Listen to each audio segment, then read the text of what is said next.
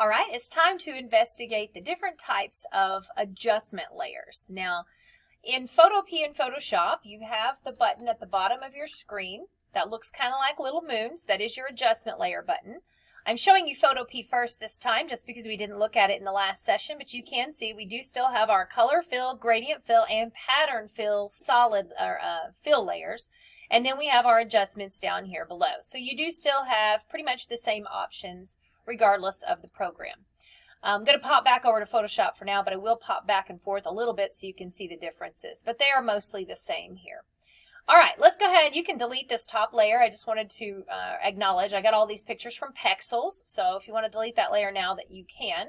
And let's go ahead. We're going to deal with one layer at a time because I think it's really important for you to understand how all these adjustment layers work. So let's just turn off. Let's turn off all of the pictures except for the Red Lips Pexels picture, this gal here in the front, the top right corner. And let's zoom up so we can see it pretty good. Oops, I just moved it instead of repositioning it. All right. Okay, so we have this picture here. The first one I want to go over on our types of adjustments on the list is how to make grayscale. So let's say that we want to do one of those cool color pop images where you have one part of the image that's in color and everything else is black and white. Okay, so to do that, we could pre-select an area or we can just add the adjustment. For this one, I'm not going to pre-select just so you get a better idea of how adjustments work. So I've clicked on this image and I'm going to come down and choose the adjustment layer button, and then I'm going to choose black and white. And we've used black and white before. It will make the whole layer black and white. And what you're going to see is there is now a layer above this one that has a funny little icon, which stands for black and white. And then next to it is the layer mask for black and white. And it does rename the layer so you can tell that's what it is, which is kind of nice. So you can at least tell that that's a black and white adjustment layer. Okay. In your properties panel, what should pop up, and if it's not, it might be because you're clicked on the wrong thing. You have to be clicked on this little part here. In your properties panel, you will see your various sliders. Now, if you're in Photoshop, it'll look a little bit different than if you're in Photopea, so we'll look at it in a minute, but we've looked at this before. We have a tint button in Photoshop and a different button in Photopea.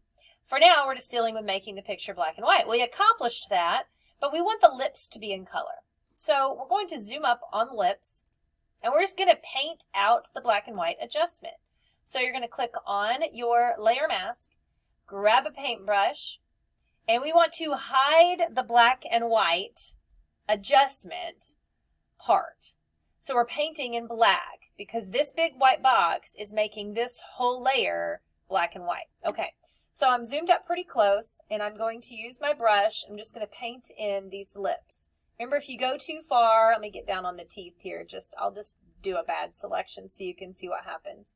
If you go too far, it's not a big deal. Remember, just press X to switch your black and white colors. And if your colors are not already black and white, press the letter D. That sets the default colors. And then you can press X, and whichever color is on top is the color we're painting in. So right now, white is making it black and white. So I can come over here and paint out those areas that shouldn't go over that far.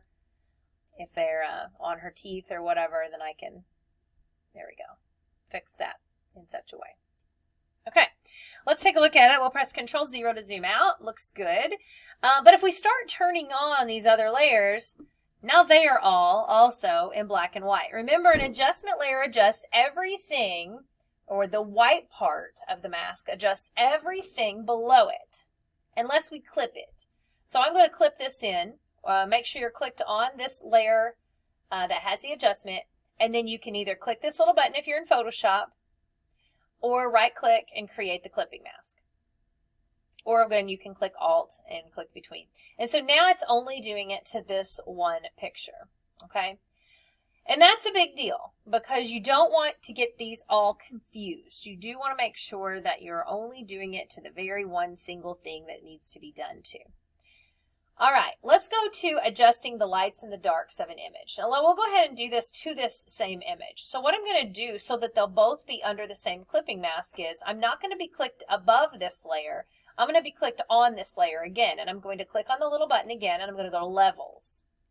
So I talked in the last session about how levels allow you to adjust the bright areas and the dark areas and the middle areas by dragging these sliders. Now that we've made this picture black and white, you can kind of very easily see what's black, what's white, and what's in the middle. So this is kind of a good illustrative one. So I'm going to click on my little levels adjustment icon and I'm going to start pulling in.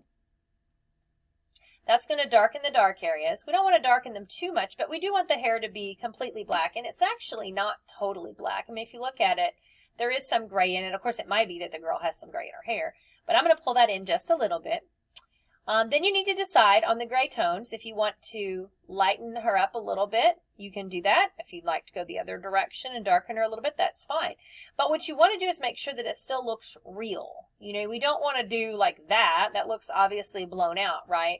So you want to just shift it ever so slightly. Levels adjustments are like the one adjustment I make on most of my pictures because it's just like the simplest thing to do. And then, of course, we've got this white here. Now, if we pull in the white, we're going to really mess up these teeth because these teeth are already very white. And if we start pulling them in, see, this is like, it has no detail now. It's almost like I took a white paintbrush and now we've got all these weird, ugly places where it just looks like pixels. So you don't want to go too much. Like this one is already about as white as it should be.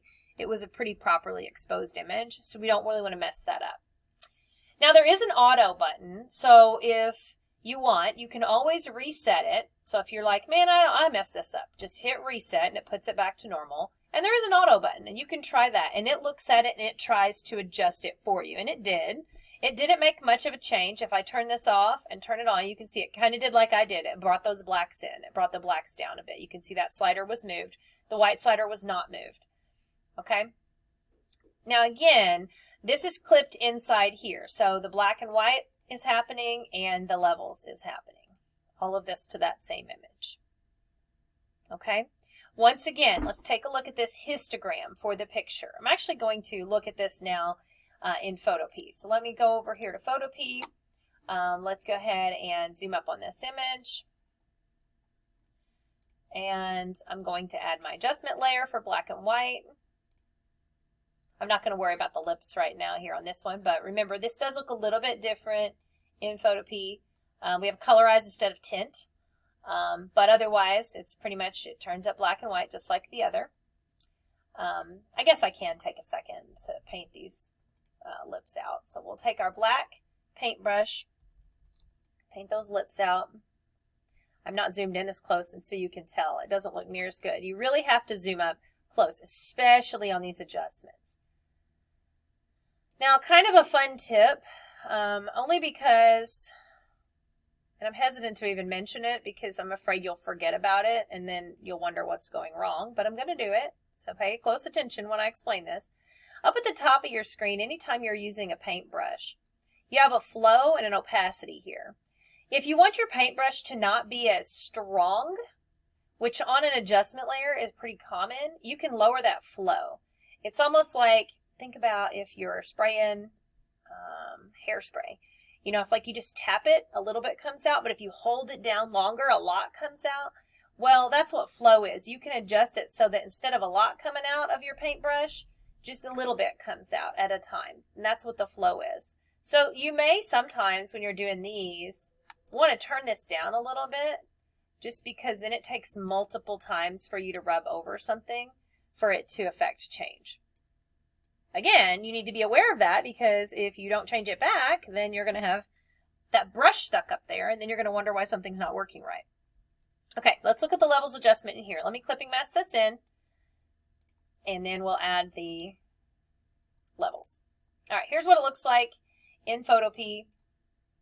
You can see we have a black and a gray and a white slider, so we have all those same sliders in there. I need to clipping mask this one in too, and then same thing, we can just pull in to affect that change however we want to. Yeah, I like that. Okay, so again, this black square represents our shadows, dark areas of the image. The yellow represents the mid-tones, which aren't the gray areas of the image. They're the areas that are not dark and not light. They're the in-betweens. And then the white is going to affect the brightness of the image, which is your lighter parts of the image. And if you pull this in too much, you're going to blow out the whites in the image, and that's never a good thing, okay? Now this bottom slider, I don't really suggest you mess with much, but it sort of does the opposite. So like if you brought those whites up so much and you're like, oh man, that's rough, pull this in and it kind of does the opposite. Now see, that's messing up my background, so that's definitely not what I want to do. But that's what this is, kind of an adjustment to the adjustment that you're making. But anyway, all right, so there's our first one. We're going to stop here. Make sure that everything looks good. You've got a levels and a black and white. We've got it applied only to this layer, so they are clipped in. That means there's arrows pointing down. And then we will pick up on some additional adjustments in the next video.